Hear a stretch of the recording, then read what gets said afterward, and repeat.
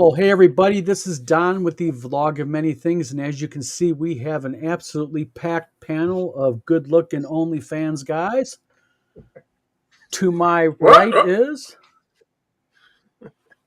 Oh, shit, that's me. Yeah, hi, folks. Tenka, Eric, whatever. And next to Eric is... Mark Hunt from Gangbusters fame. Down below is... Steve. And next to Steve is... Tom V. of Monkeys Jumping on the Bed fame. Monkeys Jumping on the Bed fame. St. Cuthbert, how you doing tonight? Early rock catches the purple worm. Yes, it does. We have a lot of stuff to talk about, and I promise you tonight, to everyone's great enjoyment, we are not talking about anything political, nor are we going to talk about anything to do with tariffs. Liar.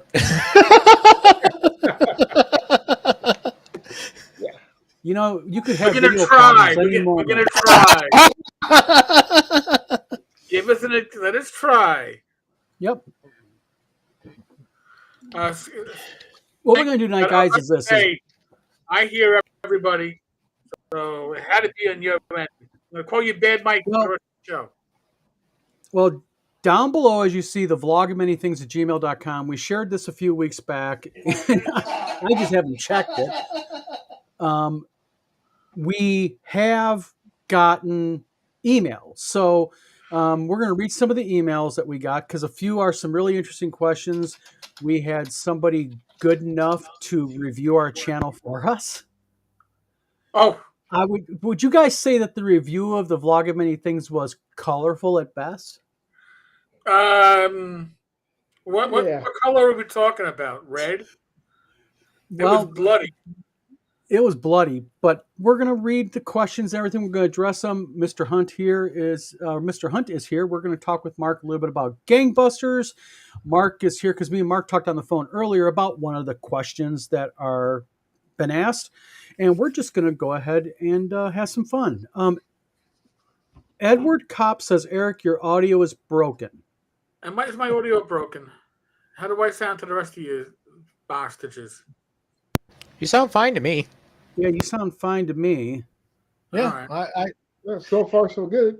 Yeah. All right.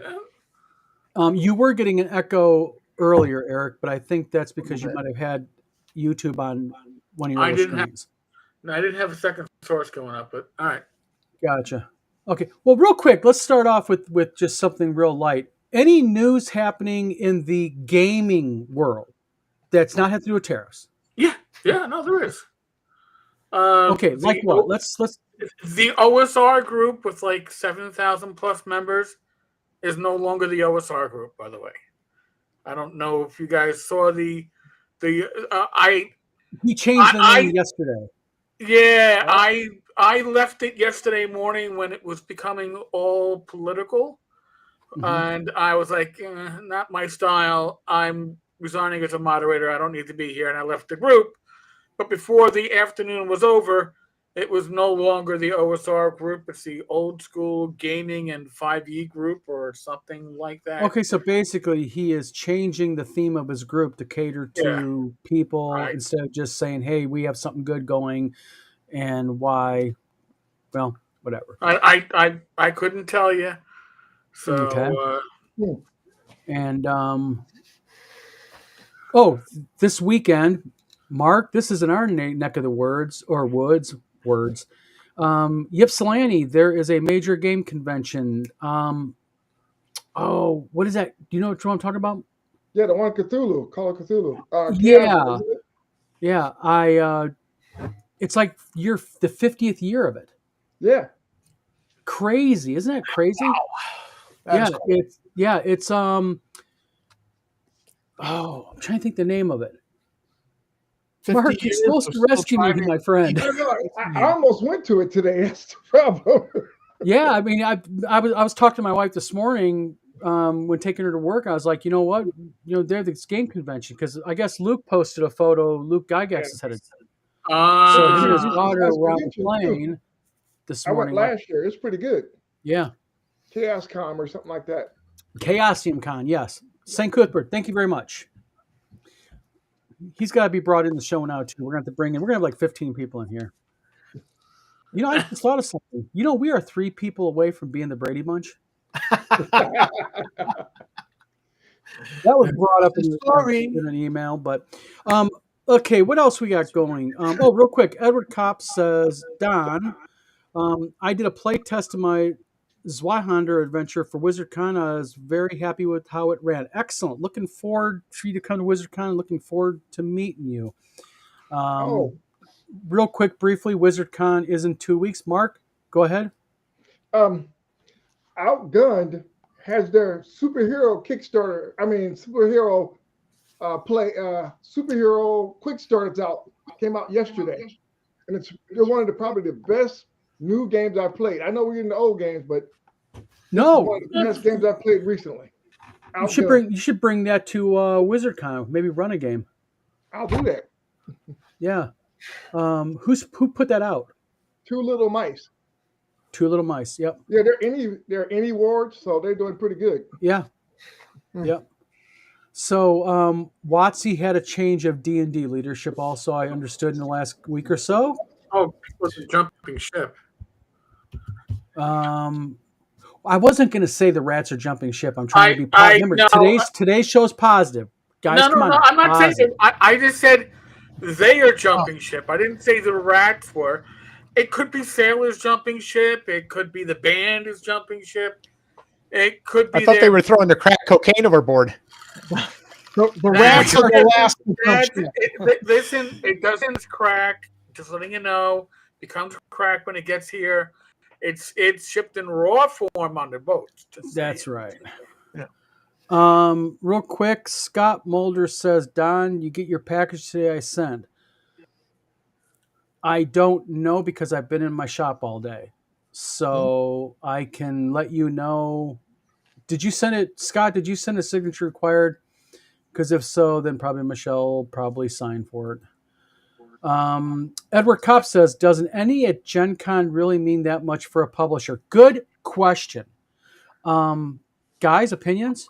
I have mine, but it will drive some sales. People do look for it. Isn't any worth what an any could be? No, because the process has been corrupted for years. My personal opinion, I've covered it in the past on the blog side. It's better than it was, but it's a popularity contest. It's not a quality contest. It can help drive new people who haven't heard about it when they see that award. Go, hey, let's see what this is about. That's about it. Right. It's like one more, quill in the hat. That's all. It'll help you. Some folks won't look at it just because it's popular. Some folks will. Yeah, I am more impressed by the medal ratings on drive-through for adamantium and mithril and stuff like that. Something has been sold, and I was about to say because that equates directly to sales on drive-through RPG, right? And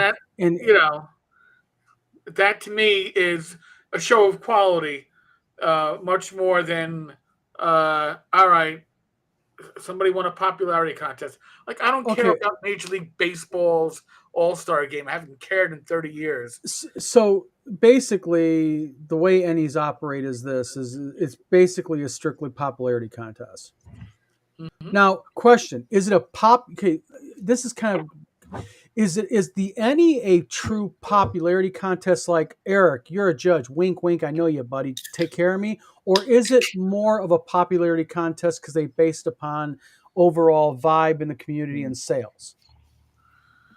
Well, so quantity over quality, or who you know?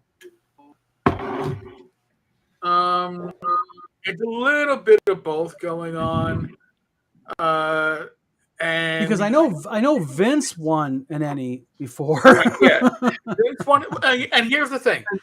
He walked around on his shirt going, did you see my Ennie? Did you see my Ennie? Yeah. Vince won an Ennie for a product that was on somebody else's product. Which didn't he plagiarize it? What's up? Didn't he plagiarize it? Didn't he borrow heavily from it? What won the award wasn't the plagiarized version. Okay, let's put it to you that way. Okay. But the thing is, with the Ennies, to be considered for an Ennie, you have to submit your material. You got to submit it to 5 judges across the world. And the way it used to be until it was pointed out is that you could be a judge for 2 years and then pass it off kind of like to your wife. And then she's a judge for 2 years and it goes back to the other spouse. There was a lot of nepotism involved in the judges because they get all this crap for free and then they sell it off. Nobody keeps it all. Most of them probably don't read it all. So wouldn't it be physically impossible to? I mean, honestly, I mean, but you made a good point. They have to be able to, they have to be able to read it in an objective manner. And I would think, based upon the amount, because I entered the Ennies a couple years ago with Haunted Ruins, and I had to send it like to the I said like one way I had to go to Poland.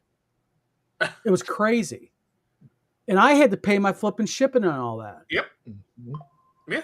So, it's and as Edward pointed out, the judges are the popularity contest because they get elected, and that's free loot, right?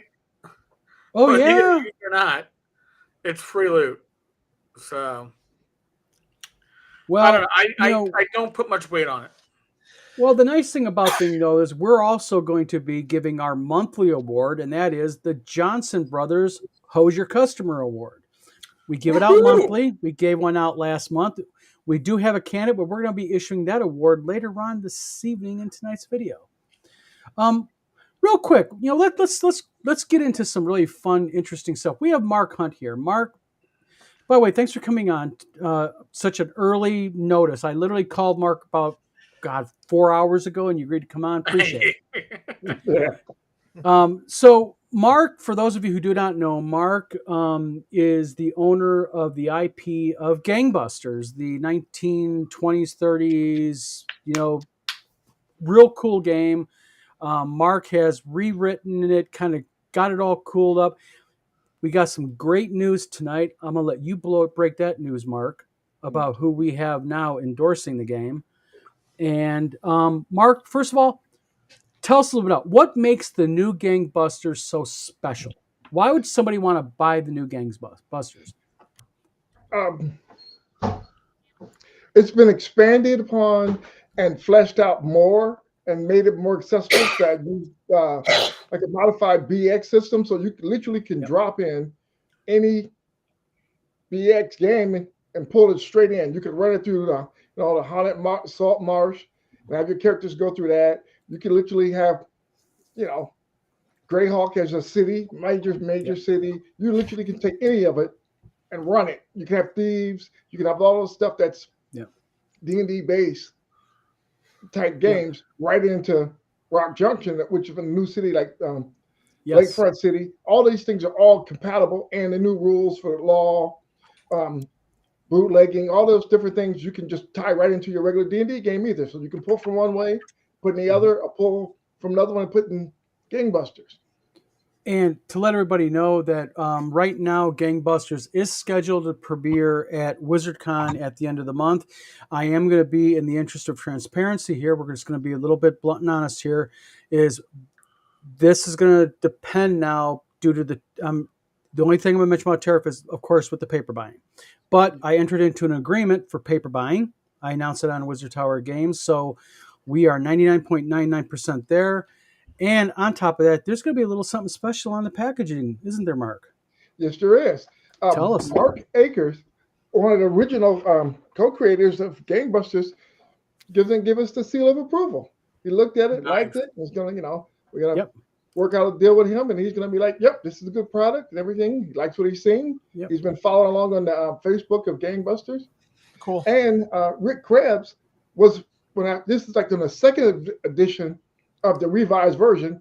The original edition that I did up with, he approved it. Matter of fact, he was the first person to give me a review when I had it up on Drive Through RPG. And he says he got the blessing from him. So I've had blessings from both creators, the original. That's right. But the other one and the new one. So far so good. And I'm biased here, of course, because I'm publishing it. But I will tell you something. In laying that game out and getting into the nuts and bolts of it, Mark, you have really cleaned that game up. And when I say clean it up, you've really streamlined it. You've kept all the old flavor to it, but you've made it, in my opinion, easier to. If someone's walking into it and has never played a BX based game and nobody's ever even played Gangbusters before or even knew of the product, this is really simple to learn, but it's one of those weird games where really easy to learn, but when you start getting nuts and bolts of it, man, it goes everywhere in a positive way. I mean, Rock Junction, which is one of the campaign cities, is really cool. Thanks. Really, really cool. Mark has done an excellent job. And I'm sorry to have, let's face it, we're all little, everyone who makes things, we're kind of like little egomaniacs in some ways, with our product that we designed. And to have the creator, one of the creators or both of them now, basically say, I'm putting my seal of approval on this, that tells me right there, you did a hell of a job on it, Mark. Thank you. I tried really hard, and I've played it since it really came out, and I've got probably stacks and stacks and stacks of material. So if this goes well, I plan on keep pushing. As long as you guys are buying, I'll create more stuff. Yep. And I made the mistake of saying one day to Mark, just email me what you got on it. He's right. He's got stuff created for this game. Because my email started going ping, ping, ping, ping, ping, ping, ping. I'm going, what the hell's going on my email? I got like 30 years of material stacked up. So, hey, I didn't even send you all of it. I said, you got enough. I better stop. I downloaded last year a module by GM Bloodworth for Gangbusters. Yep. And I was like, man, this is really cool. And I liked what he did where he found all these period photographs. I was like, well, there you go. You don't need any AI art for this. Use the period photographs are just cool. And I was like, so I've like had this since you announced it. I'm like, I'm going to have to write a Gangbusters module and submit it to Dawn because I just think this is such a cool idea. So it's been on my bucket list of things to do here. Yeah, and the nice thing about Gangbusters is going to fall under the Wizard Tower Games open use license 1.5. So, and that is a no strings attached open use license. There's just a few small criteria, which is the normal stuff. You can't put anything racist. You can't, anything like that. But, everything that we're putting out, me and Mark, for Gangbusters and other things that will remain nameless. Right, Mark? That's correct. I don't know nothing about that. Yep. And the nice thing is they're all going to fall under the Wizard Tower Games open game license 1.5. So that's going to allow people like Tom, if you want to create your own game, your module or something with it, or you want to base it off the world or the rules, you're more welcome to. Well, I'm pretty sure I know a guy. I think you do. You know this guy. Yeah, he's a good-looking bald guy, I heard, but I know a guy. I know a guy. So, Don, Mr. Gunn says, at Don, would that be the DOGL? Mr. Gunn, all right. That's right. I like that. The DOGL. Yeah, the DOGL. Mr. Gunn is in the house. We all can tell. Mr. Gunn, I hope you're all having a good night tonight. So, Mark, so basically, got a question for you about the Gangbusters game. Sure. What happens if somebody, and I'm kind of asking you open, I know the answers, but I want to kind of get it out there in your own words. Can somebody, if they buy the game, can they like create their own class, their own style of class for the game? You could, but I have available, you probably could play just about anything you could think of. What I hope have available. That's right, and the reason why is because there's a lot of classes in this game. They've been expanded, and what I like about it is and this is going to tie into some of the emails we're going to read tonight. Is we'll get into it. I don't want to spoil the emails we're doing. So Tom or Eric, you guys probably know more about this than I do. Wizards of the Coast has had a retirement announcement. Two. Care to elaborate? One Real quick, was hold on, Eric.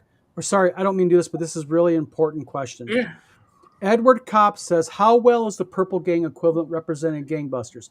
Hold on, real quick for these you don't know. The Purple Gang was a widely well-known gang in the Detroit, Michigan, Chicago, wasn't it, Mark? Yes, and they're also in Albion, Michigan. Albion, That's where they Michigan, actually got caught. where I was a paramedic at. Yeah. And for those of you who don't know, this is interesting, little trivia. In Albion, Michigan, there's a pizza parlor called Cascarelli's. Underneath Cascarelli's, there are tunnels that the Purple Gang used to smuggle moonshine that go across the street to what used to be a speakeasy. Right, and the place called the Frog Pond by the river goes through the town. Yes, right off There Erie. used to be an area was a junkyard where they made their famous James Bond type car with rotating plates, bulletproof glass, whole 9 yards was stationed right there. And they used to go into the Bone Theater and rent the whole place out and make their their connections with different mob figures in town while the movies were running. Yep. So yes, it's very well detailed. As a matter of fact, in if you look at a module called Joe's Diner, there's a sub article in there where you literally go to Albion on one of the side missions and you run across them. Mm-hmm. Yep. So, small world. Edward Kopp is from outside of Battle Creek, Mark. Yeah. Okay. Nice. Crazy.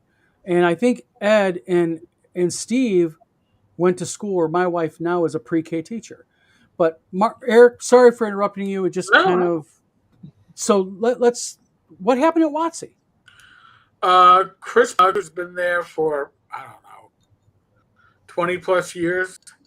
One of the main forces behind D&D announced his departure. Can't really call it a retirement at that age, right? It's not like they have a civil service pension to rely upon. And then Chris Chow, who was, I guess, the D&D Beyond, the digital guy, the digital leader, he also left. I'm not calling it rats fleeing a sinking ship, but it just seems to be that they're people of importance.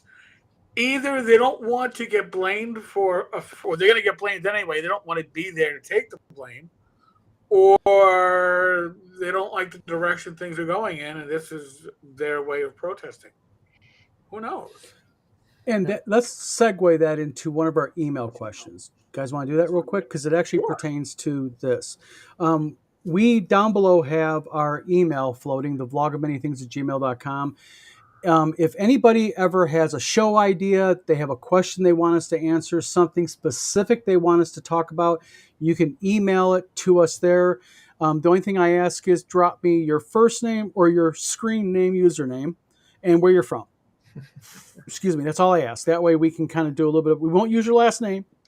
We won't post your email. I just read them.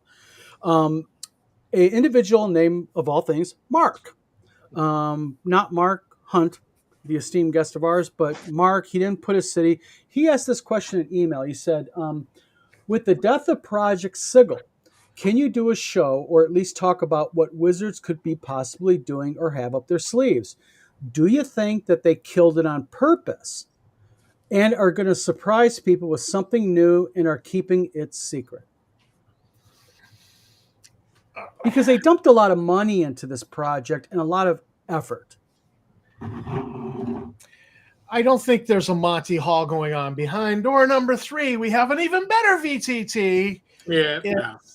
It's you have the fiasco with the 4th edition virtual thing, and now this, and it was rolled out badly, and then 90% of the people were fired. It's on maintenance mode, and I mean, it's just looking ugly. It's big corporation It giveth with one hand, it taketh with the other hand, and for them, it's bookkeeping. Okay, in the Yeah, end, it's bookkeeping.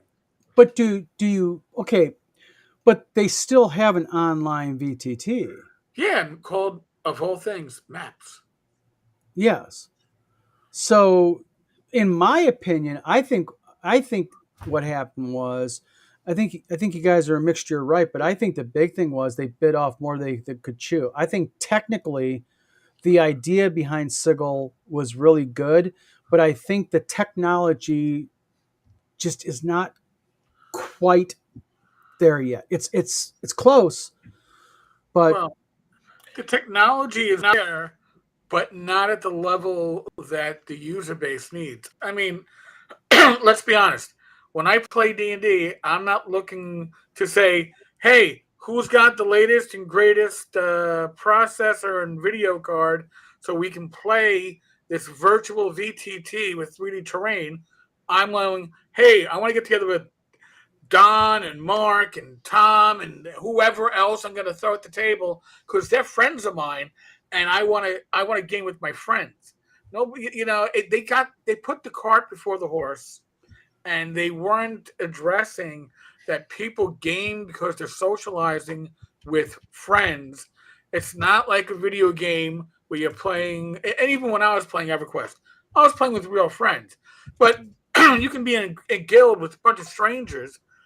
That's different. D&D doesn't work that way, and they don't understand that. They didn't see that. well, Elk of Antioch says, and he makes a good point. Says VTTs are not new. How could they possibly screw this bad?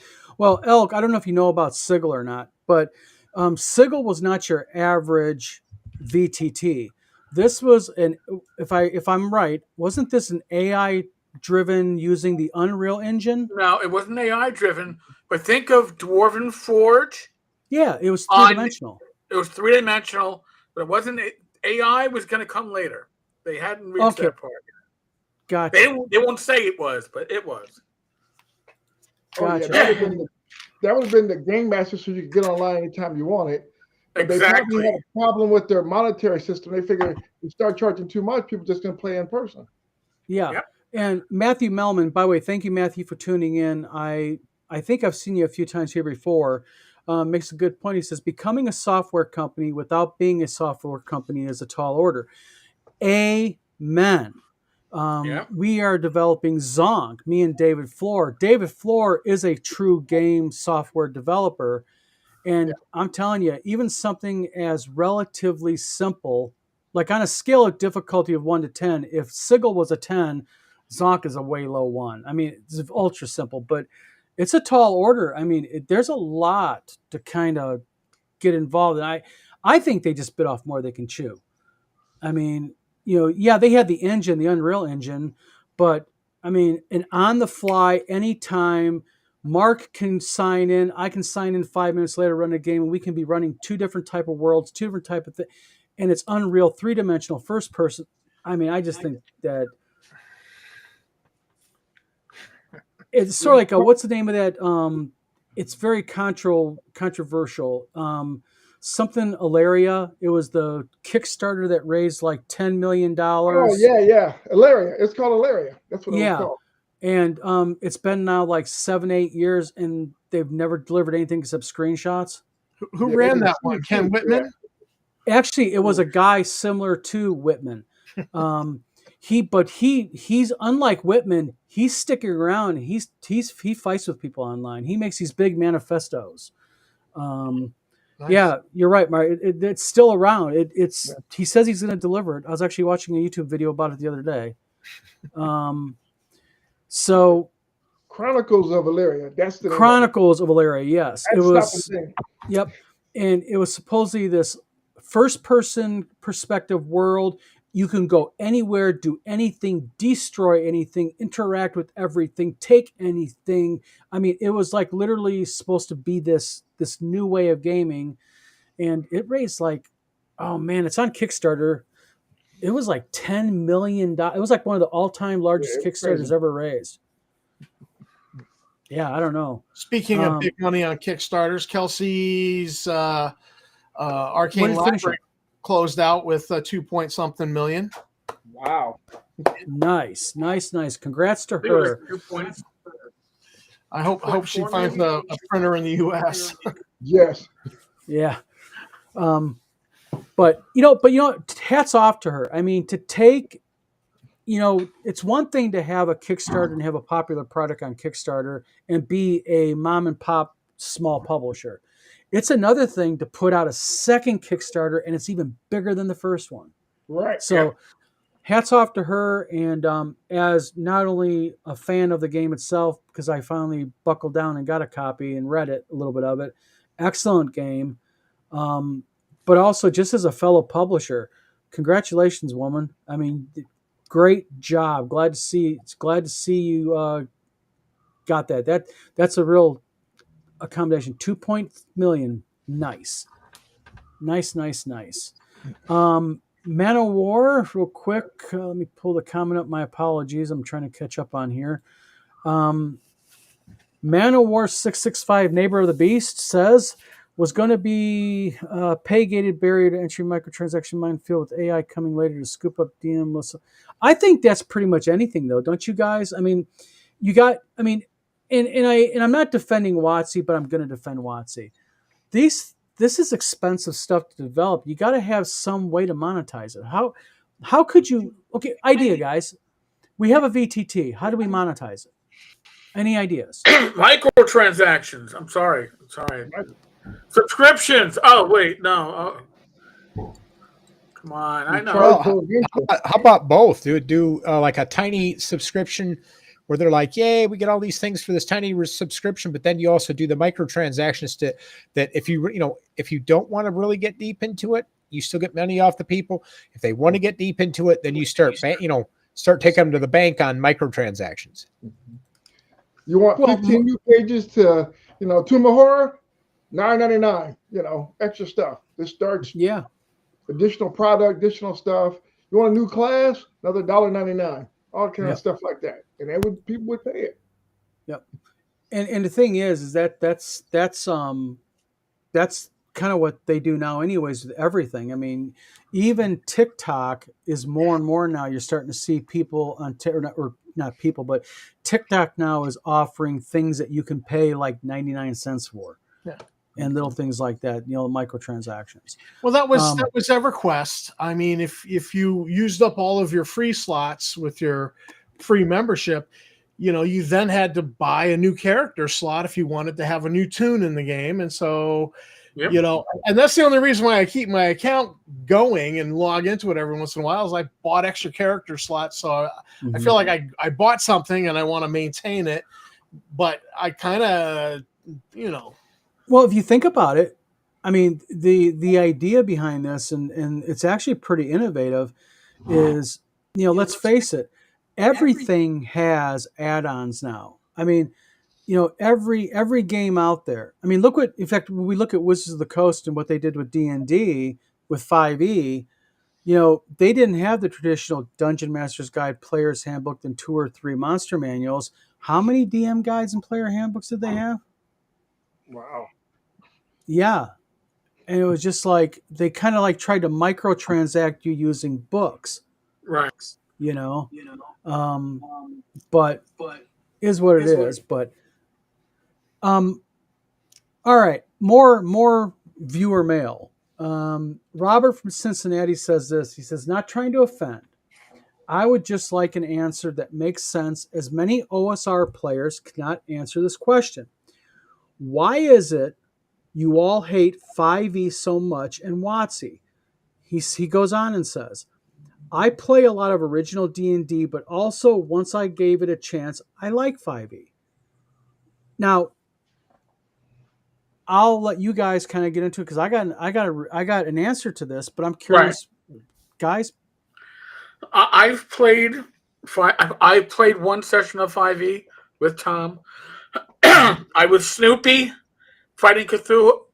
Listen, I was Charlie Brown. I had a great time.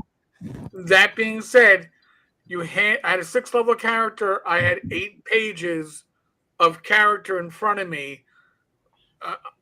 No, I can't. 5e is for a different type of person than most old school gamers. Most old school gamers get to the point where if the character sheet is more than 2 pages, we're probably not playing the right game for us. That's just my observation. Doesn't mean that 5e is a bad game. Just isn't the game for us. And WotC as a company sucks nuts. Just gonna say that. All right, they suck as a company that is. They don't even know who to pander to. So yes, WotC is a bad caretaker of the D&D IP, in my opinion. Anyone else want to chime in on this? Or? I'll go. Okay. I'm BX to the heart. 64 pages, I can do everything I need with. I know how to, I'm a firm believer of, number one rule. I'm a game master. Make it up. I don't need to buy a million different books. As my friend Tim Cass loves to say, theater of the mind. Yeah. I got nothing against them. Like WotC, I'll tell you, the 48 hours scariest in gaming I ever had is when I first started doing gangbuster stuff, and the lawyers jumped in for them, and I had to prove to them that they didn't own the IP for gangbusters. They know they didn't own it, but I had to prove to them that they didn't. Yeah. You talk about scary going through a corporate when you're just one guy. To me, after that, I don't mess with them. I'll leave them alone. Yep. Yeah, another company thought they just trademarked squat, and they learned a hard lesson. Yeah. So it's about. I had left gaming and been away for a while, and then when I came across a D&D group and sat in, it was 3.5. And so, I bought the rule book, I sat down, I played a couple of characters, ran them up to level 20. And I just, so looking at it with fresh eyes going, this game is slow. Combats take all night, 3 hours. And I don't like this. This is not the game I want to play. So then I got to run a Star Frontier session, and in a half an hour, we had role play, we had a skill challenge, and we had 2 combats, all packed into 1.5 hour. You can't do that in 3.5, and you can't do that in 5e either.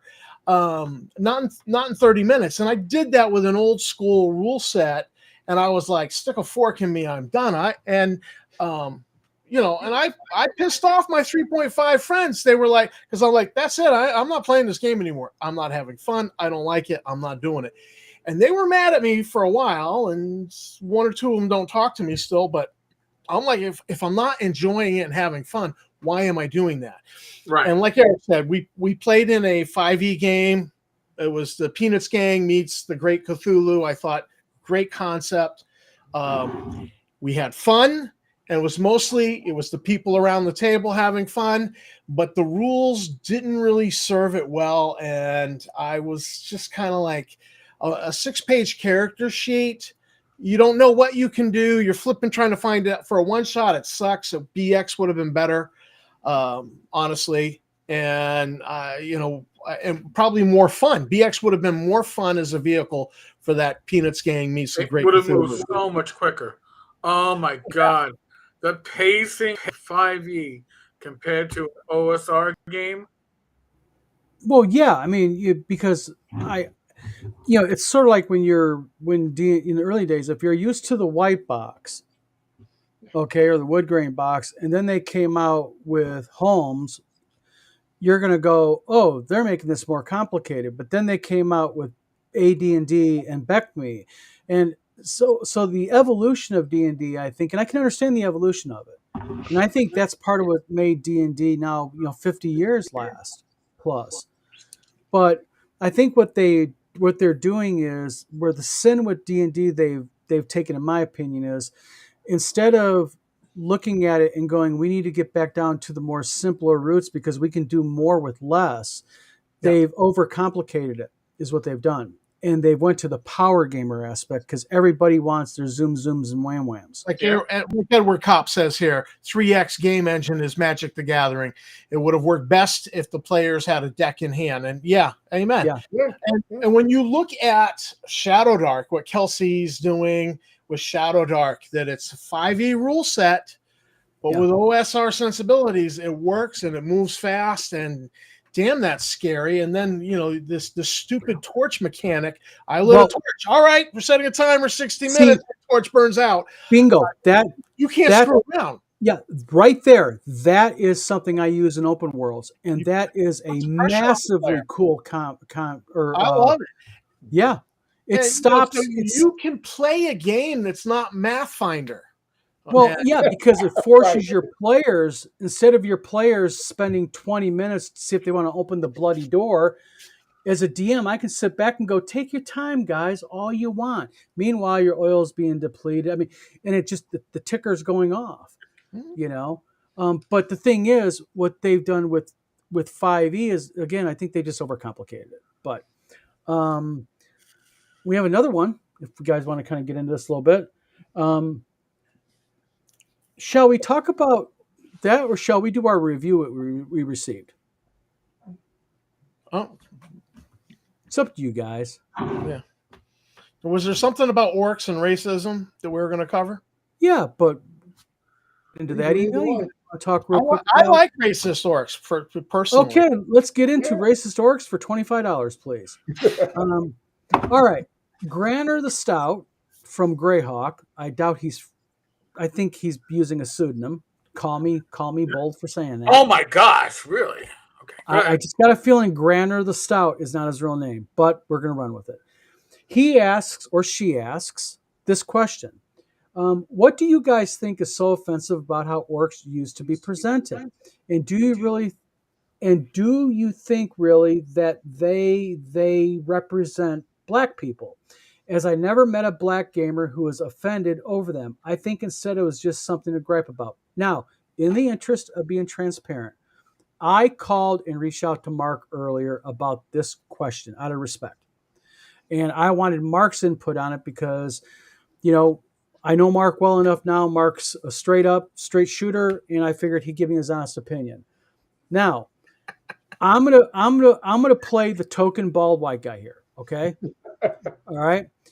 As the token bald 57-year-old white guy, in my years of playing D&D since 1977, I literally, and I've played with a lot of Hispanics, blacks, Asians, I have never met anyone go, I'm offended at that specific monster, that specific race, that specific class, let alone orcs, okay?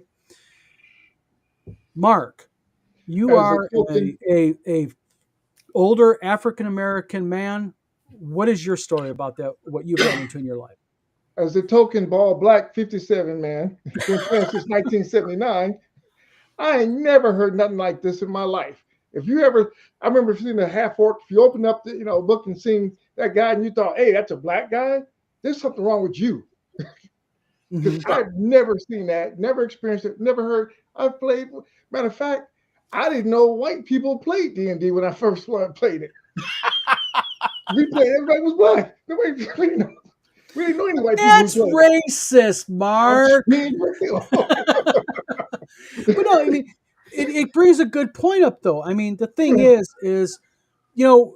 this has been one of the biggest problems, and what WotC has done here is Wizards of the Coast, and again, this goes back to the earlier email question of what my problem with Wizards of the Coast is. I don't care about how they really change D&D because I can play D&D any way I want. Okay, I got a brain, I can utilize it. What I have a problem with is this knee-jerk reactionary type of conduct that they take part in, like with the fact of, the orcs. They did it with the drow. They now don't call races, they call them species. And, and again, I mean, I'm glad we have a panel here that is multiracial, because it allows, I think, some open discussion and feedback on the issue and you can't call us racist for talking about it. If you look at a fictional character and go, "Oh, that represents this people," that's you associating with that. That's the way I perceive it. I wouldn't go, "Oh man, all dwarves are these people," or this person or that. I mean, they're fictional. They're dwarf.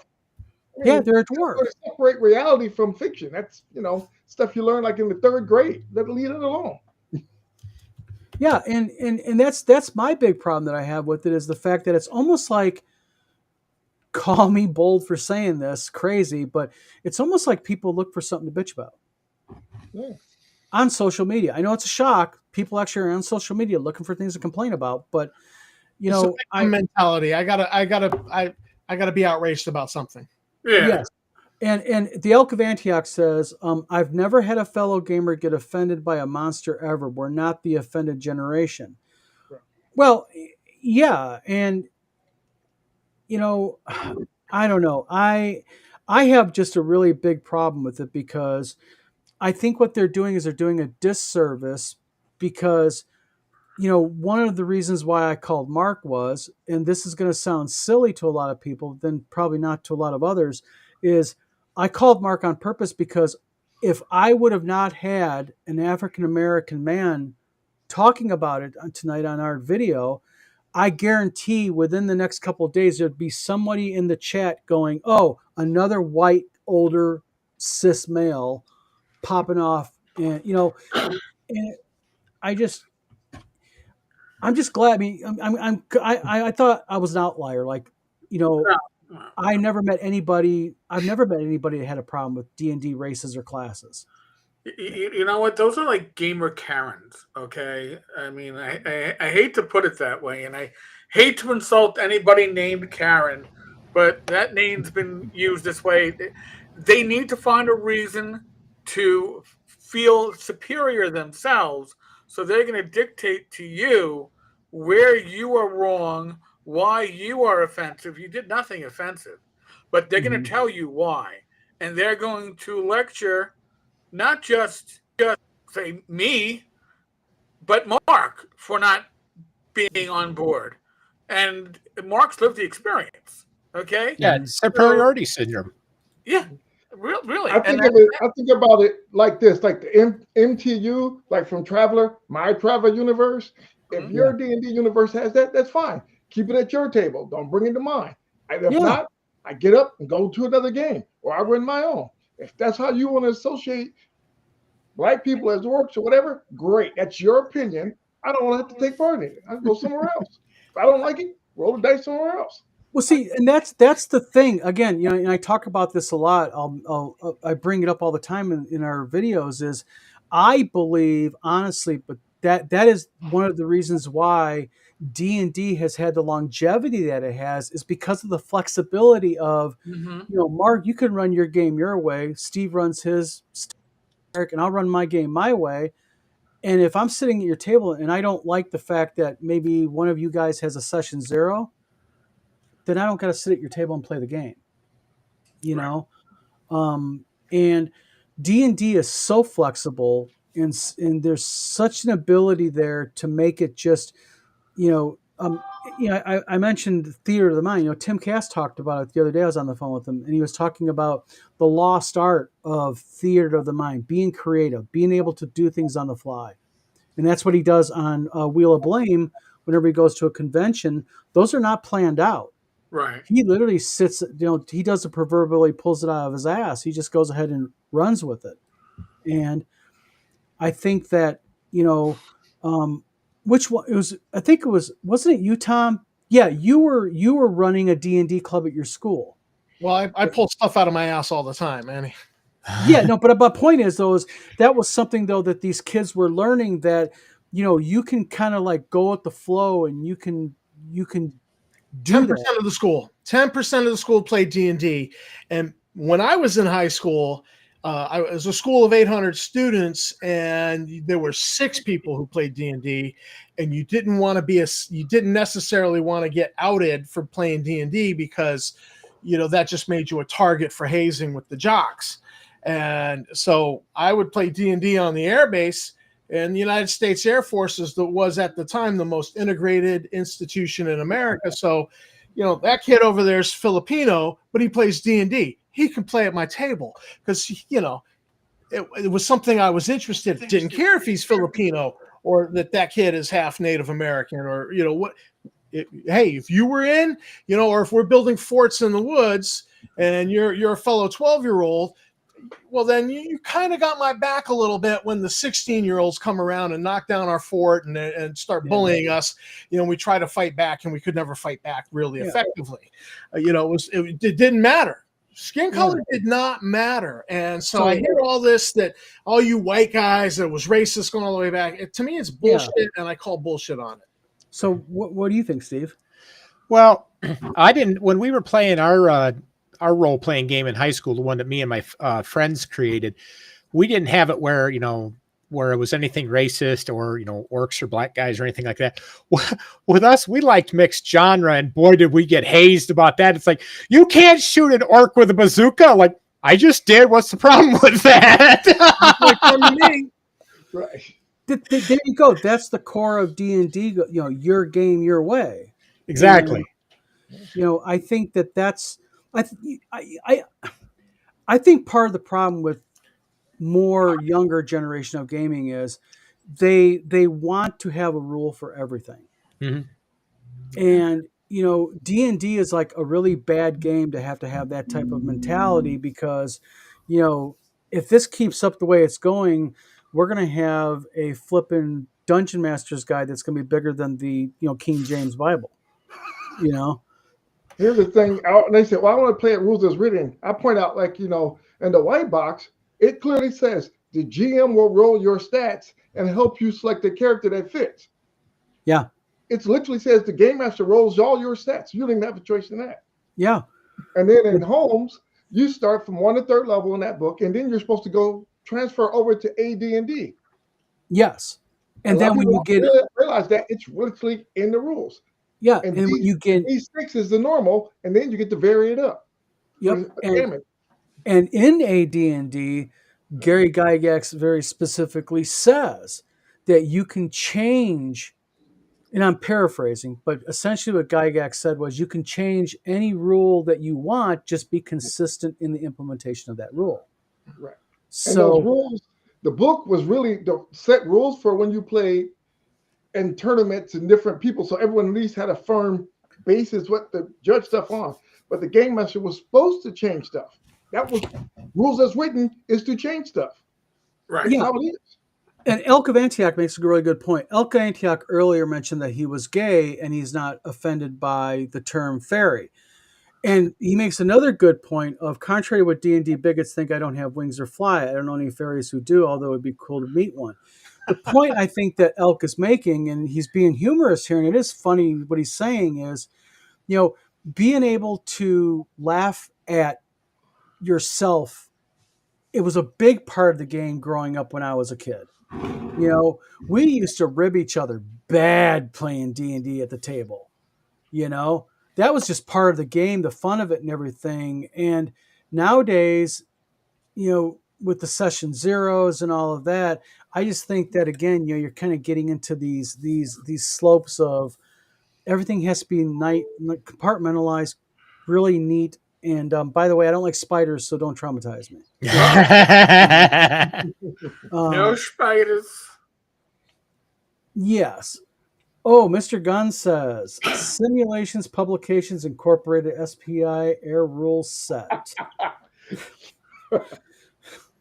And I Was Raised a Poor Child says one of the most famous write-ups of a game from an old Dragon mag was Nazis versus a wizard with orcs and a troll. The wizard won. You know what? What's wrong with a World War II based game with Nazis? Yeah. I mean, I'm surprised O&B Publishing hasn't made one yet. But the thing is, well, technically they have. Well, they have. Sci-fi version. The best war game I heard about was the Nazis took a time machine back to the Meso-Paleolithic era, and there were dinosaurs, and the guy used a German Schwimmwagen as the time machine, and Oh, the he had- Schummelwagen, yes. yeah, and he had a Hitler figure, and at the end of the game, the T-Rex ate Hitler, as everybody cheered, and I was like, yeah, Nazis and Velociraptors. This sounds cool. I want to play this game. Yeah, it's like well, one of the big ones that I saw complaints on, which is it was either you loved it or you hated it, was I just lost the name of it. It was the Wolfenstein. Castle Wolfenstein. Yes, Yes. Wolfenstein, and then they had the different versions of it, the online first person shooter and all that stuff. And oh yeah, you either heard people that loved it to death or hated it. You know, I love the classic Wolfenstein DOS version. No, the classic Wolfenstein quote: "Your face, my ass. What's the difference?" You know, and you know what? Nobody was offended by that. Everybody loved it. I don't know. I might be offended. Killing Nazis in games go all the way back to chainmail. Yeah. Well, That was when they did the fantasy supplement, they had Nazi stuff in there, machine guns, stuff like that, to kill them then, way back then. Well, yeah, Look at comic books, Sergeant York, the comic book, even and such. Yeah, I mean, look at our generation. You had Blazing Saddles, you had Spaceballs, you had all those other ones. I mean, if you got offended by that, you had issues back then. Now everybody gets offended if you sneeze funny. So pretty much. Yeah. Well, real quick, it's almost 9 o'clock, and I want to get our review over with real quick in time for Eric to be able to have comments on this. Now, I will caution everybody. We did receive a very technical review of our show from a fanboy. I believe we all kind of come to the conclusion we pretty much think this fanboy is from Murfreesboro, Tennessee, and he has an affinity for the Third Reich. Well, the fourth, So, he's flexible. Yes. Yeah. So basically, I'm going to read this review. So if you're offended by foul language, please mute your monitor. This is not work safe. All right. Guys, ready for it? Do it. All right. This is powered by Anonymous Mail. Imagine that. Anonymous out of Anonymous, yes. .eu. So now they're in the EU. And here we go. Since you all think you're famous like the Brady Bunch, here's my review of you children. Well, they watch our channel. I find your content dull and boring and desperate. You all act like you know what you're talking about, but really you do not, and it's insulting to one's intelligence. I'm reading it. Well, you got you obviously IntelliFence with dump stat here. Okay. Yes. So, yep. So basically, he says you do not, and it's insulting one's intelligence to watch you all. And I have to ask, who is the new loser on video? Steve, another white bald guy who knows nothing about gaming like the other three losers. You are chair warmers and hog up my valuable video time, bashing real game companies like TSR and real businessmen like Justin is lame and shows you're jealous of him. Here is my one-on-one review. Oh, that's and I'm first. And I'm first. Don. Don is an overweight, tries to be funny, knows nothing about publishing, and it shows. He's dead wrong at just about everything. And he says as he so wants to be something, and instead he is not noting. I'm noting. I will note that you're noting. Okay. Yes, thank you. His new publishing company will fail, even if it is a success. Soon he'll be in prison, so it doesn't matter anyways. So you could be a success. Well, even if it's a success, it's still a fail. Wait a minute, I could go to prison and publish books in prison. Roll with advantage. Oh wait, that's new D&D. Okay. Eric, you're next. Oh, of course. Eric. Come on. Lame and desperate for his failed video channels. Soon justice will be served. And what does he do? He attacks people on the chat because he thinks he is something and he's not. Eric strives to be something and secretly envies Justin and Dave Johnson, and it shows. Justin and Dave Johnson. Did they get married? So now is it Justin Johnson? I Johnson would Bros. that with the 10-foot pole and your penis. I'm getting asking anyone only. It's the Johnson bromance. Yes. And he ends with, I notice he keeps his wife out of the videos now. Smart man, as he fears what is coming, and that is a loss of appeal. That didn't. Tommy, you're next. Here we go. Tommy, desperate to be famous at shows. He's being jealous. He being jealous of never being able to publish Star Frontiers, as Johnson Brothers Publishing is soon doing such under license, capital letters, from Wizards of the Coast. Johnson Brothers Publishing has officially a license by WotC? Wow. Tom is a sad of a man. He, like Don, being overweight, out of shape, needs to learn judo to become disciplined. Wait, hold on a second. Hold on a second. I got my hand up here. Out. All right. I am not the thin, svelte one in this group. All right. I just want to point that out. I don't want to.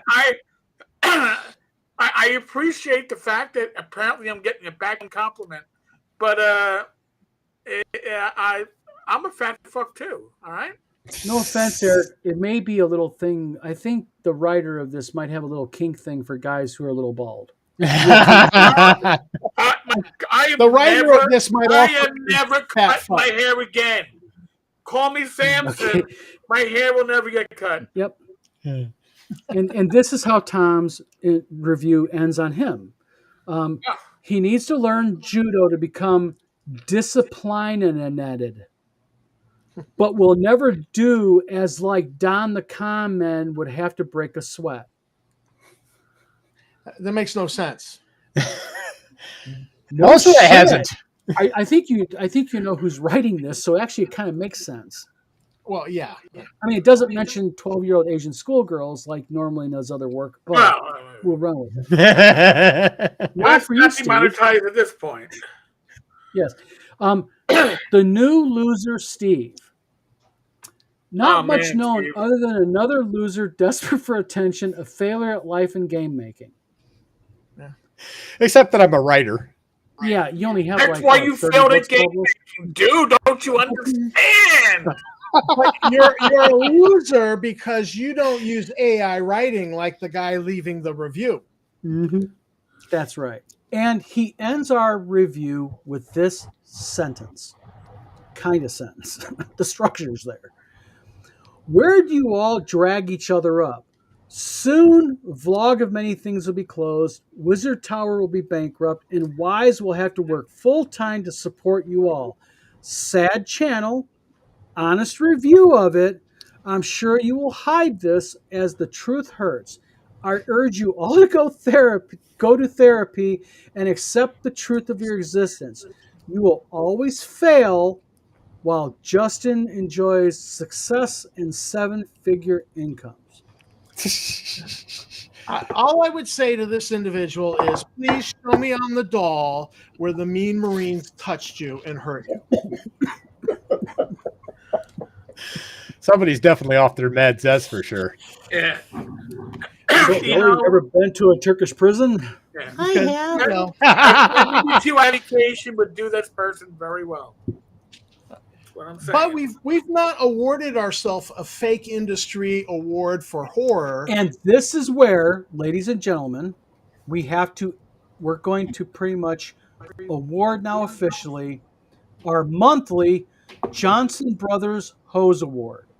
After all, you are just a tool. We'll do it like this. Better. Yes. Tom, who this evening has earned April's Johnson Brothers Hose Award? Well, I would say it might be Alex Sterling, but it's the same individual. Alex Sterling's the same individual that wrote this out of Murfreesboro.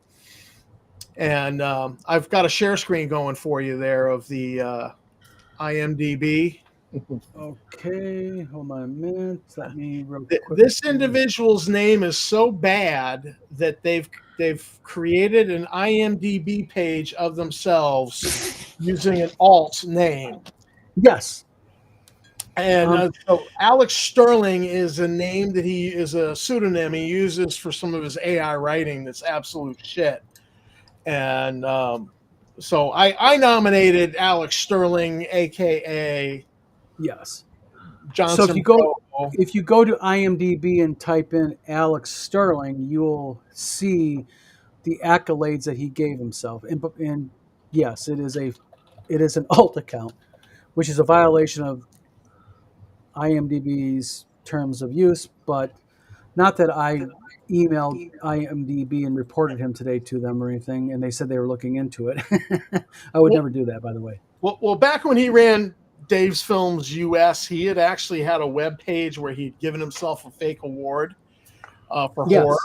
And so his independent horror film was of a guy going down to the kitchen at night and digging around in the garbage disposal in the sink, and then you see a hand go for a switch, and then there's all this acting of, and it was just this short little clip, and I'm like, you call that an independent film, and you got an award for that? You're such a joke. Yeah, it's like a participation award. Like, look at me, I was special. Then he ripped off alarms and excursions there, and did the with his fan magazine for D&D, and gave himself a fake industry editors award that he created. And I was like, what? You're so desperate for attention. And the funny thing is the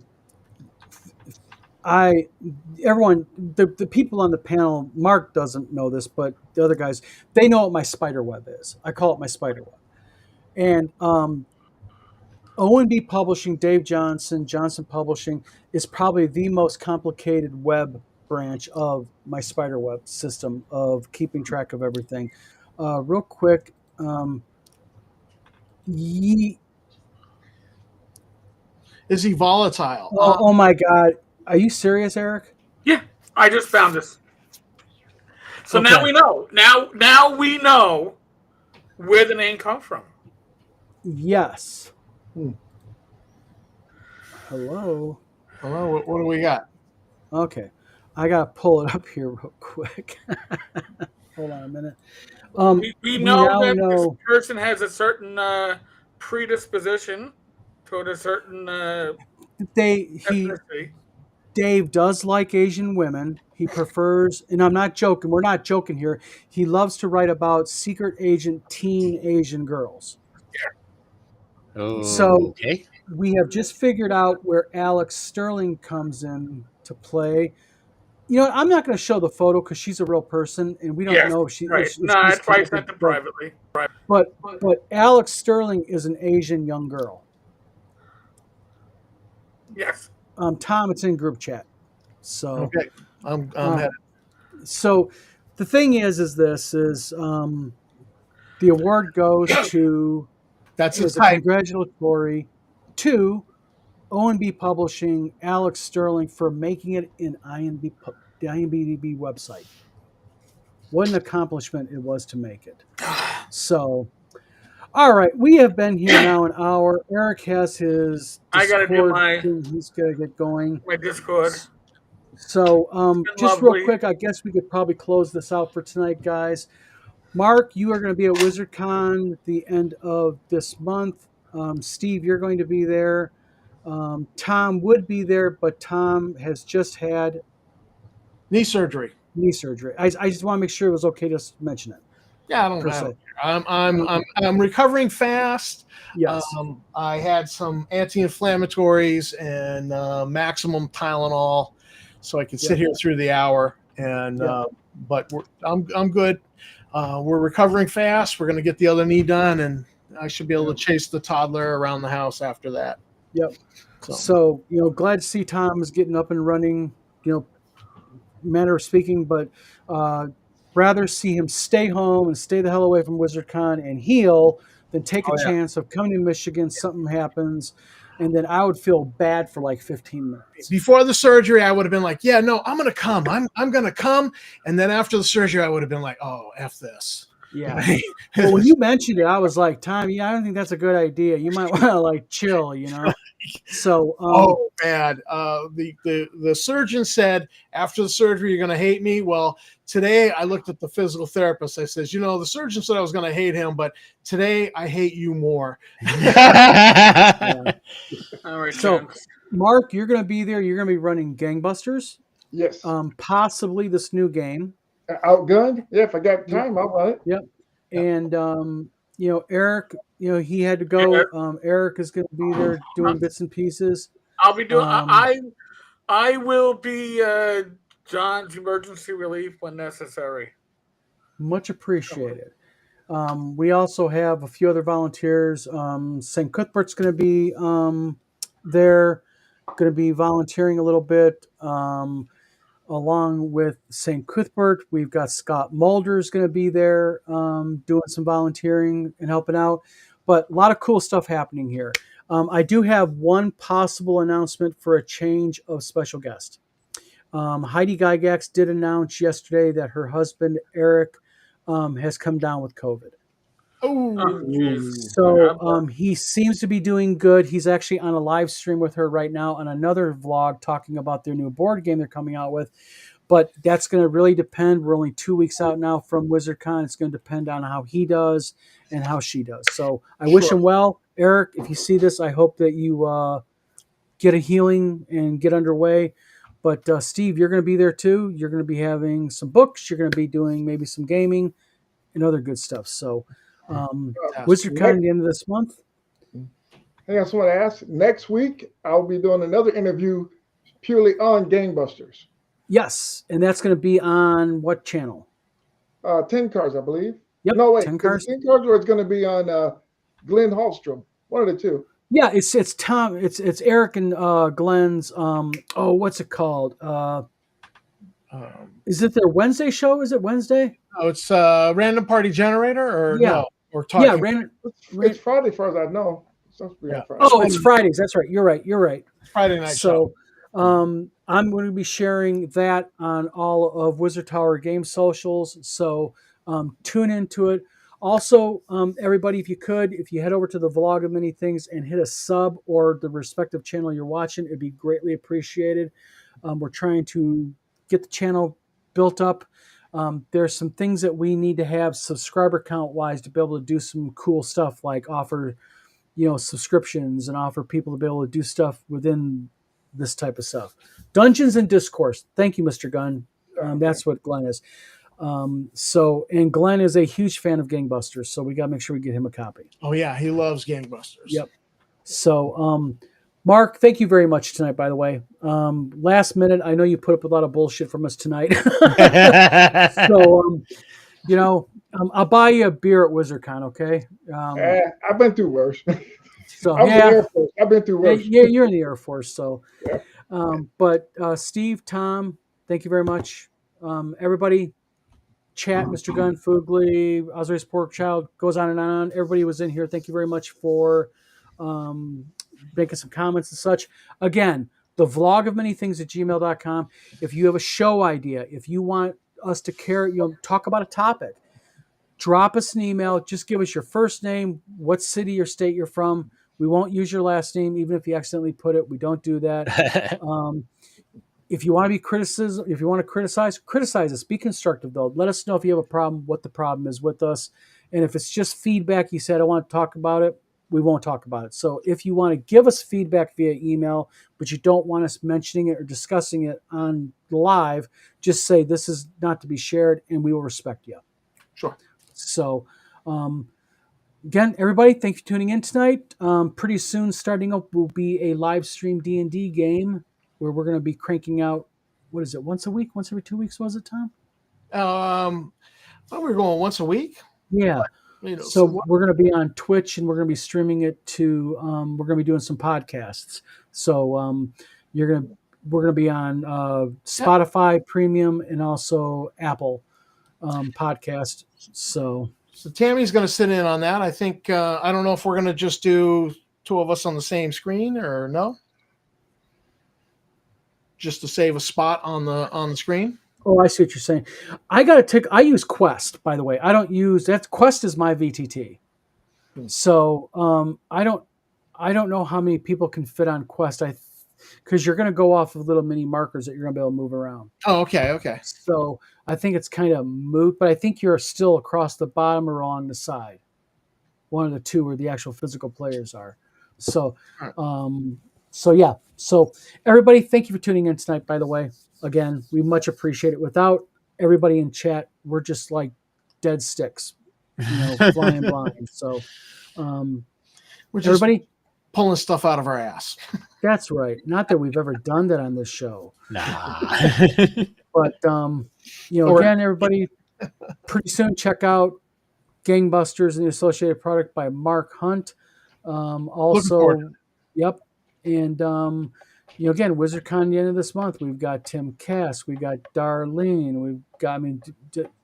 Go to wizardcon.org and check it out, or you can look us up at Tabletop Events. We still have tickets for sale. Tickets are going to go for sale all the way through the Monday before WizardCon. So you've got about another week and a half to get your tickets. And then other than that, it'll be showing up on the day to go ahead and get tickets by day or whatever you want to do when you show up at the door. So everybody, have a good night. This is Don from the Vlog of Many Things. Mark, Steve, Tom, adios. And we will talk to everybody later.